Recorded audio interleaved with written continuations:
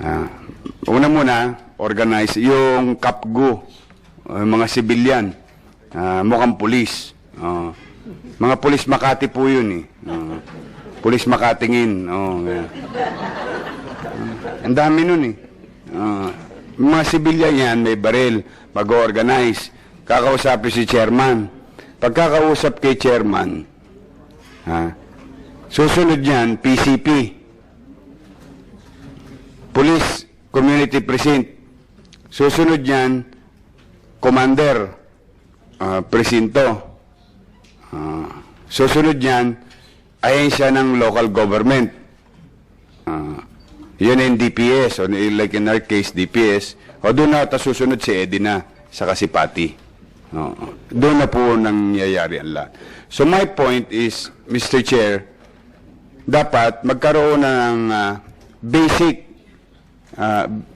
law. I mean, I don't know if that's what you call it, but kapag ka mayroong ganoon, dapat automatic administratively liable yung barangay chairman.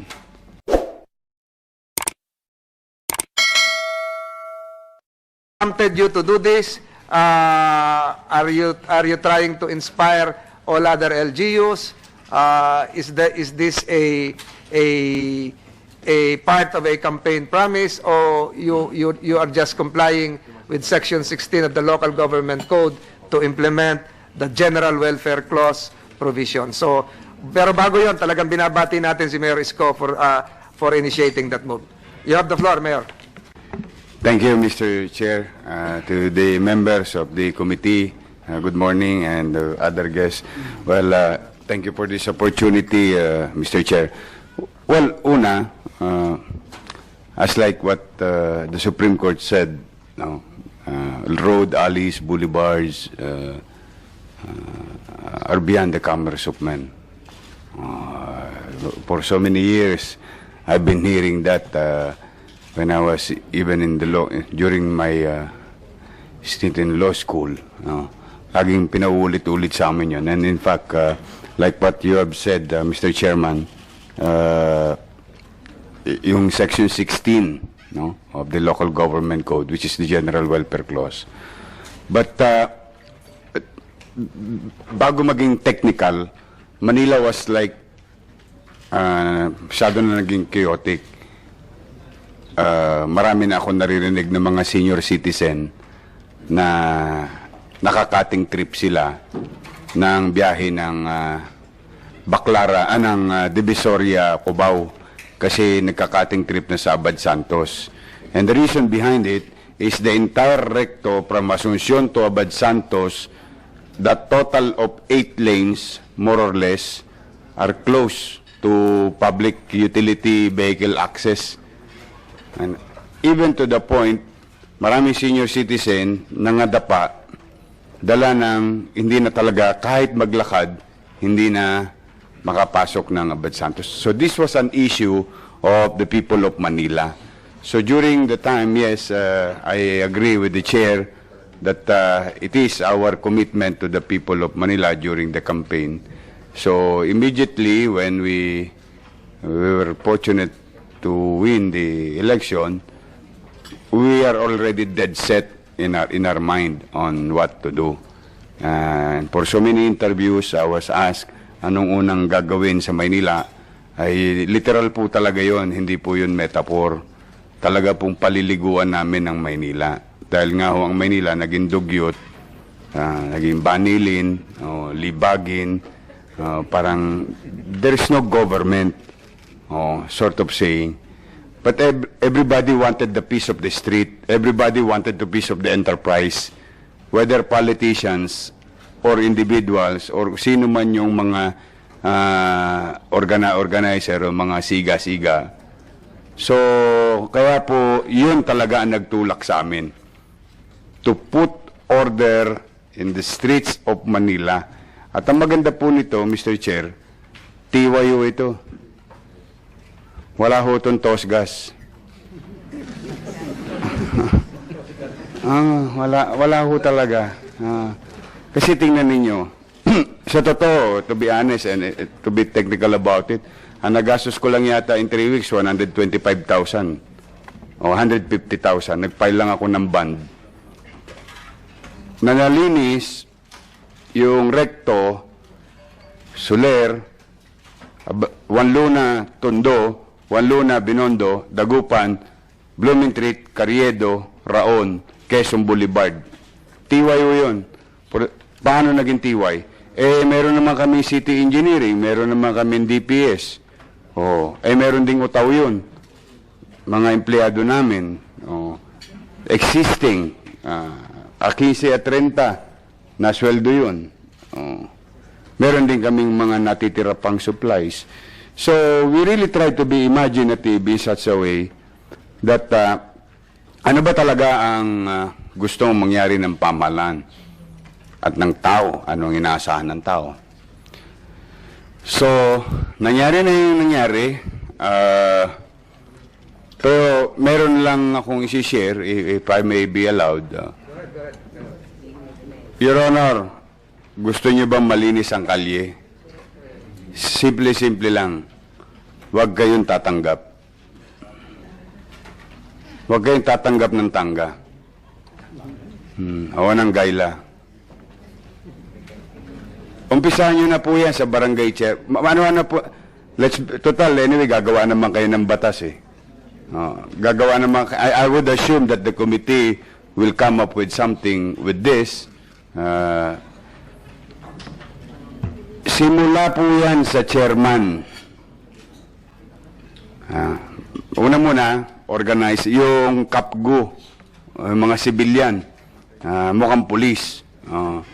Mga pulis Makati po yun eh. Pulis Makatingin. Ang dami nun eh. Mga sibilyan yan, may baril, mag-organize. Kakausapin si chairman. Pagkakausap kay chairman, susunod yan, PCP. Police Community Precinct. Susunod yan, Commander, Presinto. Susunod yan, ahensya ng local government. Yun yung DPS, or like in our case, DPS. O doon na susunod si Edina sa Kasipati. Doon na po nangyayari ang lahat. So my point is, Mr. Chair, dapat magkaroon ng basic law. I mean, I don't know if that's what you call it, but kapag ka merong ganoon, dapat automatic administratively liable yung barangay chairman. Yung LESPO. Automatic. Because if you are going to order them, Mr. Chair, what will happen next is cat and mouse. Totolong gising ka lang ng mga tao sa kalye. Kaya hindi nyo napansin, hindi ako natutulog. Dahil alam ko, totolong gising ako eh. Alam ko, nakapagtalikod ko, ilalatag nila ulit yan. Una kong gagawin dyan, i-sniper. They call it in the street, sniper. Mobile yan, mobile. Pwede ho yan, isang parang kumot or tarpaulin, nyanyanggayin lang yan pagka merong clearing operation. Pag iskerda ng clearing operators, latag na sila. Mapapagod yung gobyerno, mapapagod yung pamahalaan. Yung dating sniper, magkakatarima na yun. Yung lamesa. Yung tarima, komportable na. Susunod doon, magkakabodega na. Totoo po yun. Tapos susunod doon, magkakabanyo na siya. You can see, Wanluna, you should see, wag na kayo lumayo sa City Hall ng Manila. I know some of you went to City Hall of Manila. Just 50 steps away, yung Taytay Island namin. Ito, opisina ng mayor, nandiyan dyan, 160 na bahay, bodega, tindahan, kubeta, in a park. So my point is, kaya kailangan po, Chair, Mr. Chair, siguro, pag nag-exist, administratively liable kagad yung barangay chairman at saka yung police. bago pa umakyat yung responsibilidad sa alkalde. Kasi po bakit? Katulad namin, 43 million square kilometer with thousands of streets with 896 barangay, about 10,000 barangay official, and we have 20,000 barangay tanods in the city of Manila. More, and we are being surrounded by creeks, rivers, and the bay. Mas nakakaawa po ang Quezon City, mas malaki po sila. 3 doble po ang Quezon City, kaya nakakaawa ang Quezon City government talaga in terms kung babantayan ng babantayan. Now, I think it's high time to create a law. I don't know, ayoko pong pangunahan ng Senado. Merong nakalatag. Napicturan, nakalatag. Bukas, suspendido na si chairman. Yung less po, iskerda na. Tapong ka na. Bakit? May batas eh. Ngayon kasi ang gagawin mo, Mr. Chair, wag taka doon sa Didi, pusa pare, yung commander mo dito, lipat mo muna to, tigasang ulo. So, lagi ka nalang makikiusap, kasi one way or another, babalik tayo doon sa unang nasabi ko. Tanggal lang yan, Mr. Chair. Yan ang buon't dulo ng lahat yan. Yung may mga politiko nung araw, may in denial pa na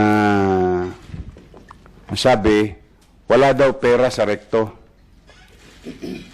Wala raw pera sa kalye. Hindi raw totoo na milyon-milyon ang pera. Ito po ang challenge ko sa inyo. What is or what are your compelling reason not to do your job?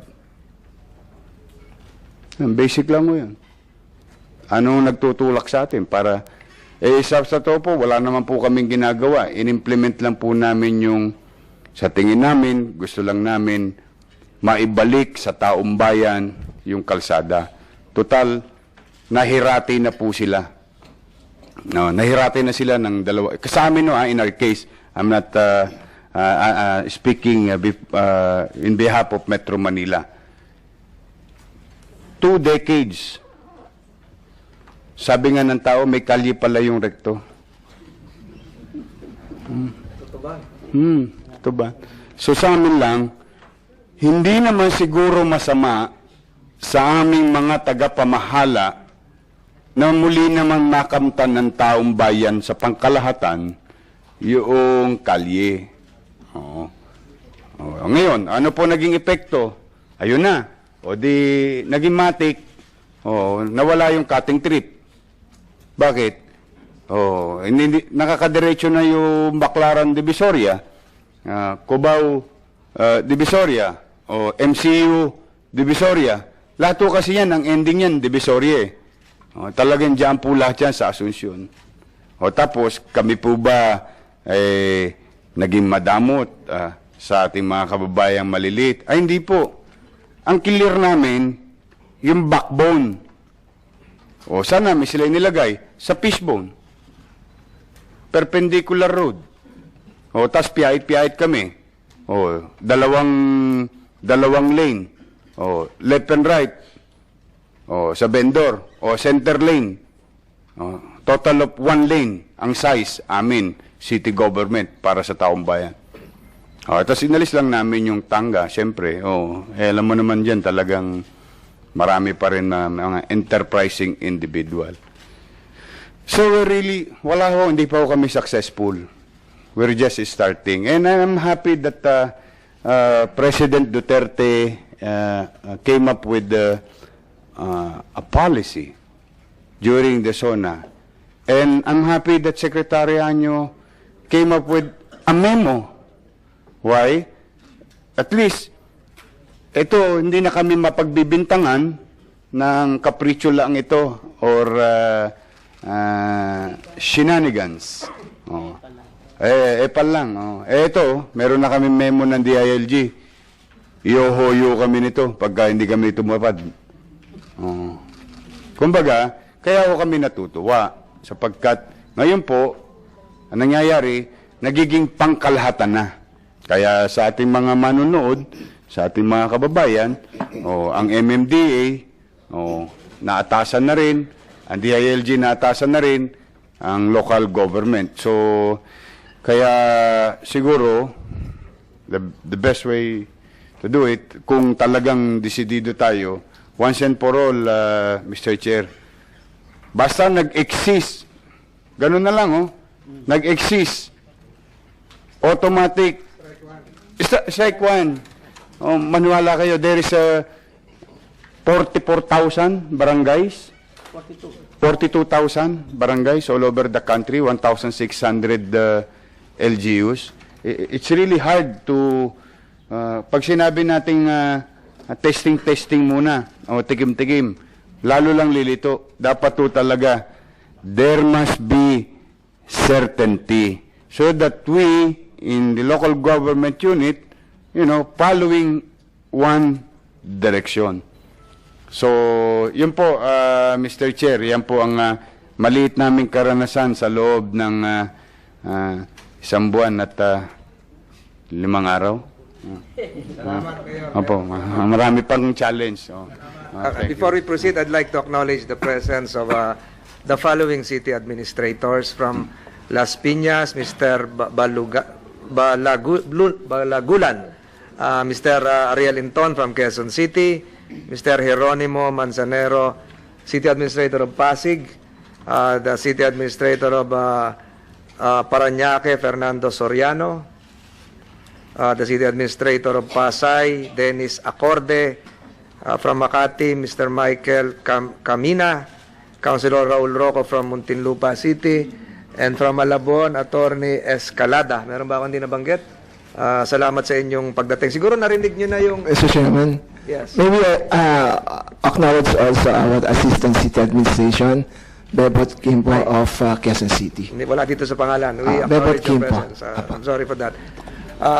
I posed 5 questions to Secretary Anyo. I hope you recorded that. Nakalimutan ko na yung iba. Naalala ko lang yung sinabi ni Mayor Esco, tanga. Hindi ko alam kung ano yung tanga. Tanga kasi damit dati nung ano eh. Tangga. Yung yan, sinusuto ng yun sa ibaba. Pero yung tangga sa kalye, lagay ho yun. Yan ang... Secretary Anyo. Mr. Chair, first of all, I'd like to express my support to the position of Mayor Isko Moreno. Kung lahat po ng mayor ay katulad ni Mayor Isko Moreno, siguro mababawasan o baka wala na tayong problema sa buong Pilipinas. Because implementation of or enforcing of discipline to our constituents should start from the local chief executives and the LGU officials. Hindi po pwede makapagpatupad tayo ng disiplina kung tumatanggap tayo ng lagay at hindi natin ginagawa yung trabaho. Yung pong ating direktiba na to, matagal na po yan eh. Yan naman talaga dapat gawin ng ating mga local chief executives. May ibang gumagawa pero walang timeline, walang deadline, at hindi simultaneous at walang concerted effort. So the President, during the last SONA, he announced a presidential directive during the State of the Nation address to clear roads of illegal structures and constructions. So sa amin po sa DILG, we're not into the business of traffic management because that belongs to other agencies. But sa amin is to ensure that all roads and illegal structures and constructions are removed. So I issued a memo circular 2019-121 last July 29, and it will cover a period of 60 days. A policy requiring LGUs nationwide to clear obstructions and address traffic in their areas. Ang mga pinawalan po natin ng memo ay ang mga governors, city and municipal mayors, punong barangays, heads of local sanggunians, and including DILG regional directors, BARMM regional governor. So, mean to say po, nationwide itong ating memo circular. And in fact, per our priority region, which is the NCR, I assigned USEX and ASEX from the DILG to closely work with Metro Manila mayors to carry out the directive of the President. Ito po yung mga salient features ng ating memo circular. Of course, Secretary, I'll provide this committee a copy of your circular. Yes, Your Honor, yes. Reclaim public areas used for private ends. Demolish illegal structures and constructions. Rehabilitate all recovered public roads, including the placement of street light and signages.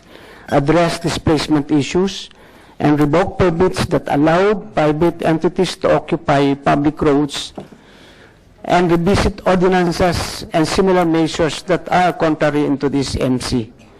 And of course, to prepare inventory of all roads within their jurisdiction. The primary roads and secondary roads, yun po yung priority natin, dapat 24/7, ano po yan, wala dapat na mga nakapark dyan.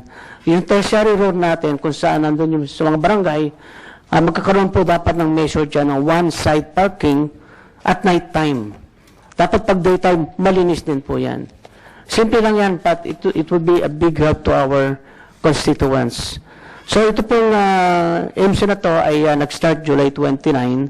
So ngayon po ay pang 8 araw na natin ito. And I'm happy to announce also that we have seen mayors leading our effort to clean up the roads. In fact, I issued another order for the mayors to get out of their offices and lead the clearing of the roads. So, likewise, I directed also the Philippine National Police to remove all PCPs and also the barangay captains to remove barangay halls that are in the middle of the street or in the roads. So, tatanggalin po natin yan. And you asked about the incentive. So far, we have not established any incentive. I suggested twice, Secretary, to make that part of the Seal of Good Governance Award and provide some incentives to the LGUs complying with your circular. But I have a sixth question. Kung 60 days lang po ito, paano ho yung continuity nito, yung sustainability nito? After August, after September, o nakakomply kami, September, o tapos na yung circular. May deadline, nakakomply kami sa deadline. Pero pagdating ng December, o bumalik na naman yung daycare center, nilagay na doon sa gitna. Di ba? So, how do you sustain this? Yung pong 60 days, Mr. Chairman, is just the clearing operations. Kasama rin po sa memo circular, yung sustenance and maintenance, nitong orderliness. Diyan po pumapasok yung sinasabi ko niya ni Mayor Isko na sana magkaroon ng batas para one strike para sa ating mga, especially barangay captains. But in the existing setup, meron po naman tayong mga kaukulang sanctions or disciplinary measures, particularly suspending the local government officials. The mayors, the city mayors and the provincial governors are directly under the supervision of the president. So the president can, and the president mentioned to me that just make the recommendation, he would immediately enforce the preventive suspension. And for the municipal mayors and the barangay captains, dalawa po yan, ano? Pwede pong through the sangguniang panglungsod at sangguniang panlalawigan, at meron pong mas direct approach through the ombudsman. And last week, I had a meeting with the ombudsman himself, and he's very supportive. In fact, if I would bring the complaint directly to the ombudsman for the municipal mayors and the barangay captain, he would ensure the issuance of preventive suspension. We have to do this, Your Honor, Mr. Chairman, because we believe that we have to really strictly enforce the law. Yes, Mr. Chair, on the same topic, gusto lang namin magpasalamat kay Mayor Isko, mga shoppingerang laman ng Divisoria, katulad ng nanay ko at ako. At sa wakas nakakalakad na, mabilis na. Ang problema, maraming nagsasabi na pagkatapos ng 1 oras, 2 oras, nagsisibali ka na naman. At ito na ang kinatatakutan natin, yung totolonggasin nga at yung usong sniper sa Manila. Pabalik-balik lang talaga.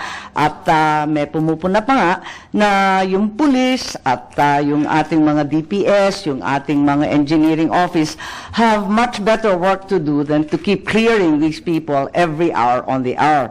Meron na ba tayong mas long-term plan? Kasi ang kabila naman ito, alam natin na si Mayor, hirap din dahil maraming umaangal na ang mga palengke at lehitimong lugar ng pagbenta, napakamahal katulad ng Quinta Market. Hindi naman afford ng tao. So, eto nga, ano yung sabihin na natin, medium term or long term plan para sa lahat ng vendors ng Maynila, kahit sinasabi na hindi taga Maynila kundi Dayo, ano ang plano natin?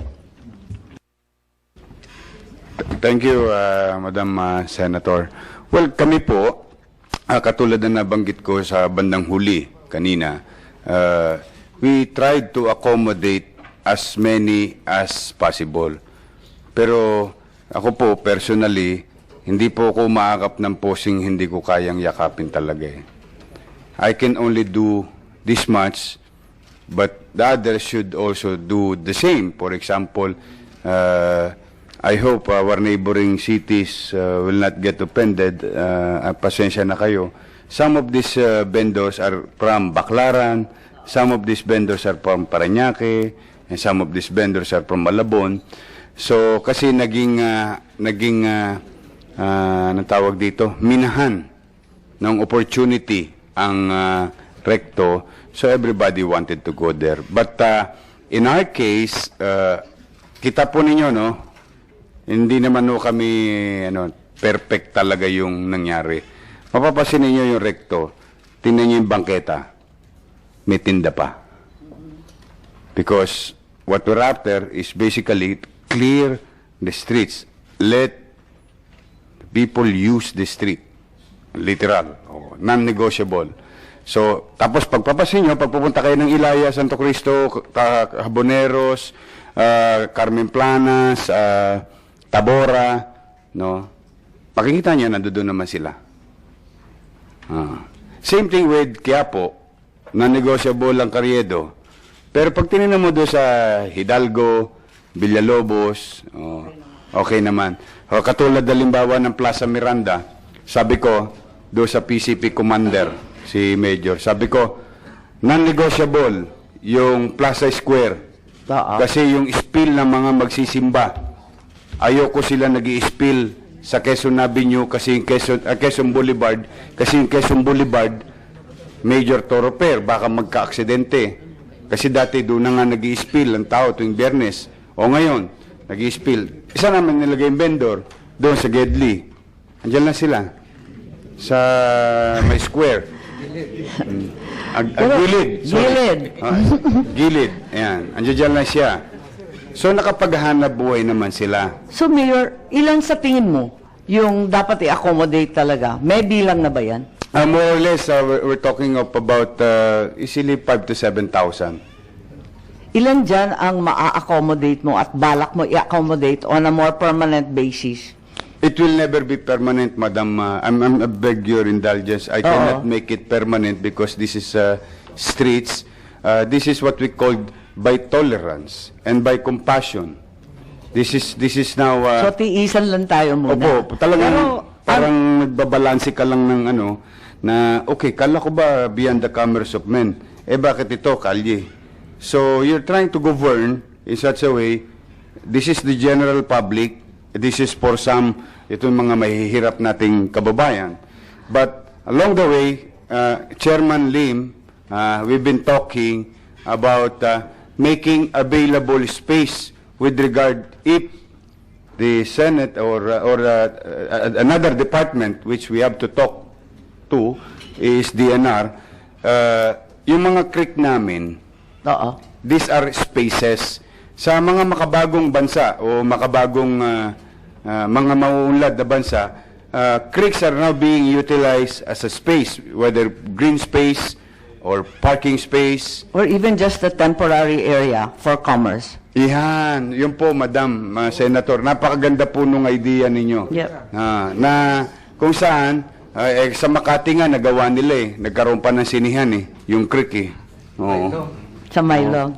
Meron no, di ho ba? So baka naman po pwede rin maging applicable yung the same concept kasi okay lang naman kami mangopya kung sa tingin naman namin napapakinabangan naman. Iyon po, katulad kami, meron kami tinatawag na Muelle de Binondo. Ang laki po nun. Alam Tama. po ninyo yun, ha? Roughly, this is about 10 hectares. 10 hectares in the heart of Binondo. Marami pa kaming creek sa Ungpin. Marami pa kaming creek sa Magdalena. Huwag lang matakpan ng permanente. Parang Yun ano ang po yun, naman ang may issue concept po doon, Oo. in between, may space for purposes of dredging. Dredging. Tapos, para may views, may eyesight ka lang kung clog ba yung ilalim. O, kaya naman po yun. Nag-exist na po yung teknolohiya na yun. Yun lang ang i-recommend kasi nga